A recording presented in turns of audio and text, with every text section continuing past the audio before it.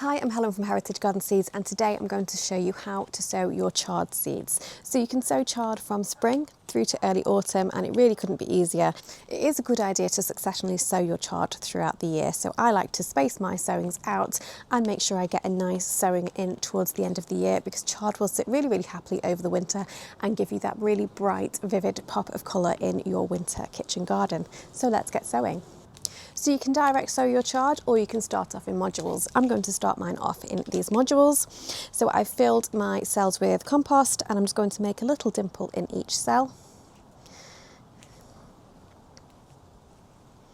And so it's really up to you how you want to grow your chard. You can either sow a few seeds per cell in like a multi-sown fashion for baby leaves, or you can sow one seed per cell for larger plants. So I'm going to do a mix, and I'm going to grow some baby leaves and some larger plants. So for the baby leaves, I'm just going to sow about 5 seeds per cell.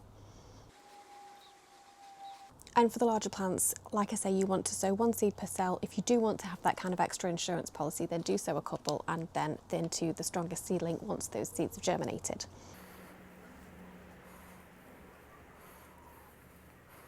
And then we're just going to cover those seeds with a thin layer of compost.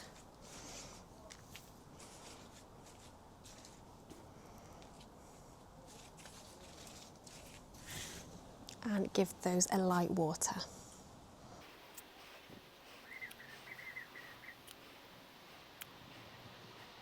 So I'm going to pop this module tray into the greenhouse while those seeds germinate, and I'm going to make sure that that soil is kept moist. I'm going to let the seedlings grow on for a little bit just to develop a good root system and develop some true leaves. And once they have developed some true leaves, I'm going to plant those out into their final growing positions. And you want to be planting those around about 30 centimetres apart. Once those plants are in the ground, you want to make sure that the growing area is kept weed free, and obviously keep those plants well watered as they establish. Once they have established, they won't require too much watering unless we go through some really dry spells. So if you're growing for baby leaves, you can simply harvest those leaves as they are ready. And if you're growing mature plants, then you want to be harvesting your leaves from the outside of the plant first. If you're growing over winter, then you can leave your plants in the ground over winter, and they are likely to send up a final flush of leaves in the spring. If you are growing over winter, then in periods of prolonged frost or really cold weather, then your plants will benefit from some protection with some horticultural fleece.